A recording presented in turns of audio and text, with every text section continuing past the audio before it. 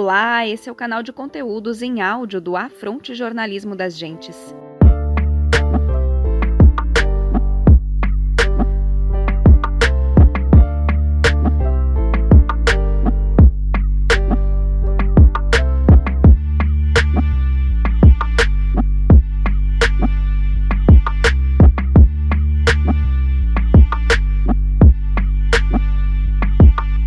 Olá pessoal, espero que estejam bem neste quinto episódio sobre os direitos indígenas na atualidade.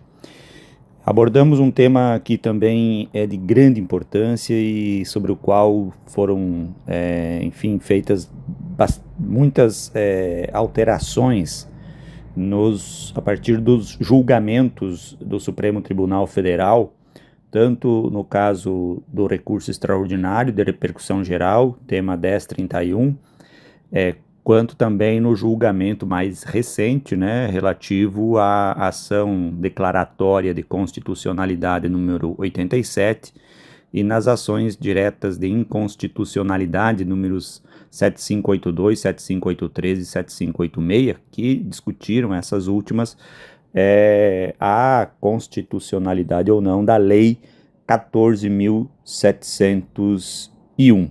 Já em relação a esse tema, no julgamento do recurso extraordinário, no item 5 da tese firmada pelo Supremo Tribunal Federal, consta a novidade acerca da possibilidade ou da obrigatoriedade, digamos assim,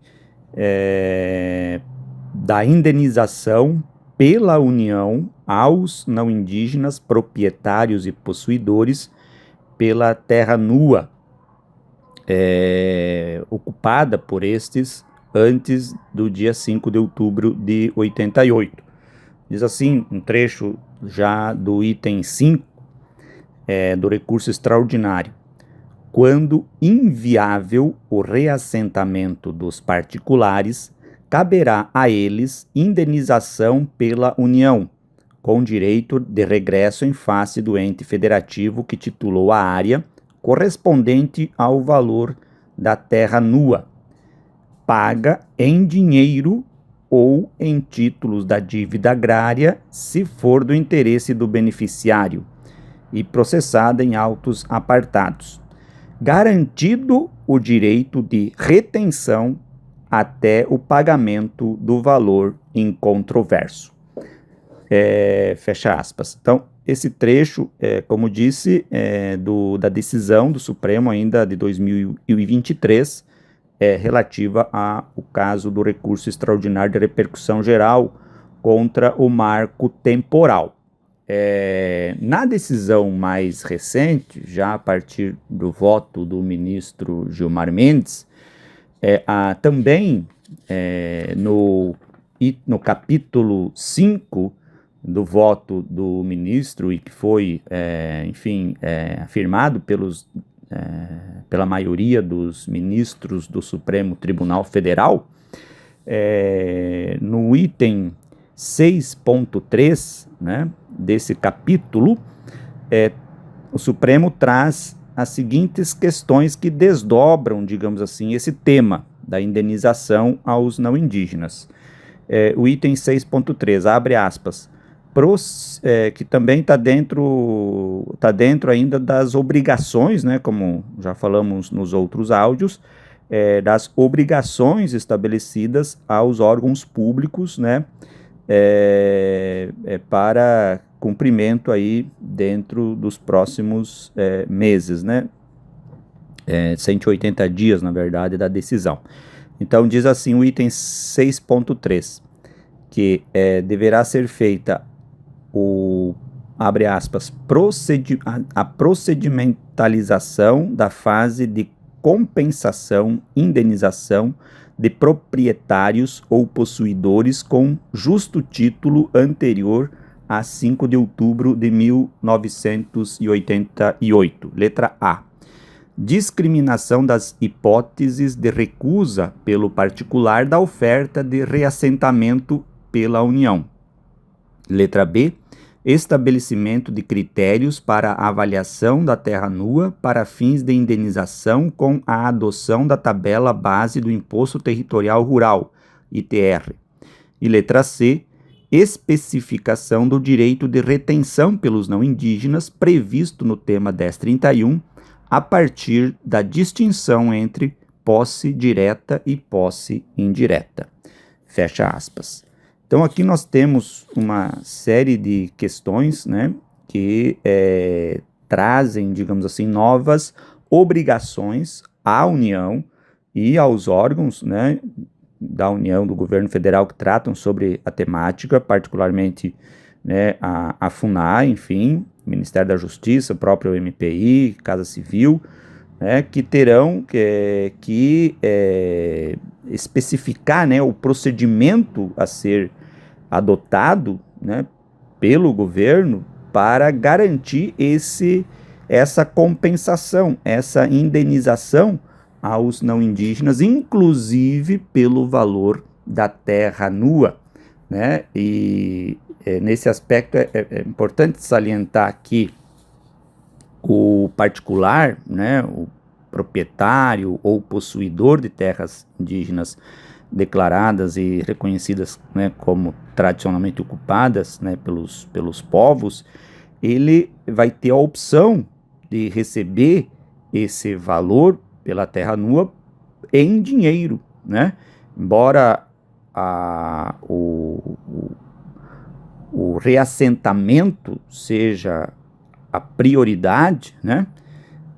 Mas ele terá, digamos assim, a possibilidade de recusar, mas aqui o Supremo determina que o governo federal estabeleça em quais hipóteses esse particular, esse não indígena, vai poder apresentar, digamos assim, a posição de recusa, né, ao reassentamento previsto, né, como hipótese, como possibilidade de indenização. Sendo então apresentadas essas hipóteses, também o Supremo estabeleceu aqui um critério para a avaliação da terra nua, caso o particular queira receber essa indenização em dinheiro, né, ou em títulos da dívida agrária ou em dinheiro, né, e aí o Supremo estabelece aqui um critério que é a tabela base do Imposto Territorial Rural, ITR, né? Então, essa tabela do ITR será, digamos assim, pelo que está aqui no item B, né, a referência a ser adotada pelo governo federal para fins de avaliar, né, enfim, determinar o valor a ser pago aos não indígenas pela terra, digamos assim, né, pela terra que eles têm enquanto título, né, tem o título ou que tenham a posse.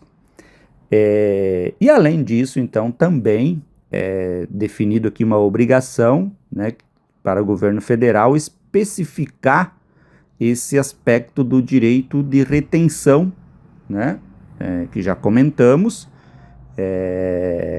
e para isso o governo vai ter que fazer uma distinção entre posse direta e posse indireta. Então aqui temos uma questão que complexifica, né, bastante esse tema,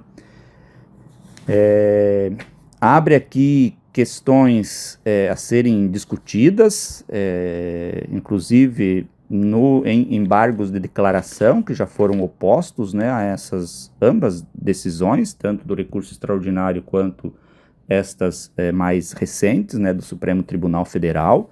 Em relação a isso também é importante já aproveitar para informar que o ministro Gilmar Mendes, enfim, pautou, na verdade, o julgamento dos embargos de declaração dessa ação declaratória de constitucionalidade número 87 e das respectivas ações diretas de inconstitucionalidade para o próximo mês, entre os dias 19 e 26 de junho. Então, esse é um indicador de que o ministro Gilmar Mendes está com pressa de finalizar esse julgamento, inclusive antes, né, de finalizar o julgamento do recurso extraordinário, que aguarda, né, a análise dos embargos de declaração desde 2023, né, início de 2024, quando foi divulgado, né, o acórdão daquele julgado. Então, enfim, são questões assim que estão aí em curso, né, e que nós precisamos estar atentos, né, estar acompanhando, né, entendendo, buscando também incidir, atuar, né, porque são decisões estratégicas, decisões estruturantes, né, que estão aí sendo tomadas, né, em espaços né, de decisão de grande relevância, né, como é o Supremo Tribunal Federal e que diz respeito ao presente e ao futuro dos povos indígenas no Brasil. Sigamos atentos e na esperança. Quanto maior a luta, maior a esperança.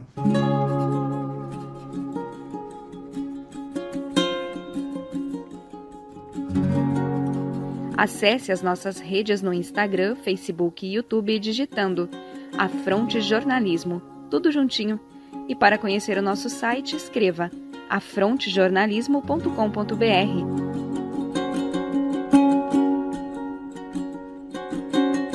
Esse é um projeto de comunicação popular e independente. Você pode apoiar com o Pix que está disponível em nosso Facebook e compartilhando os nossos conteúdos.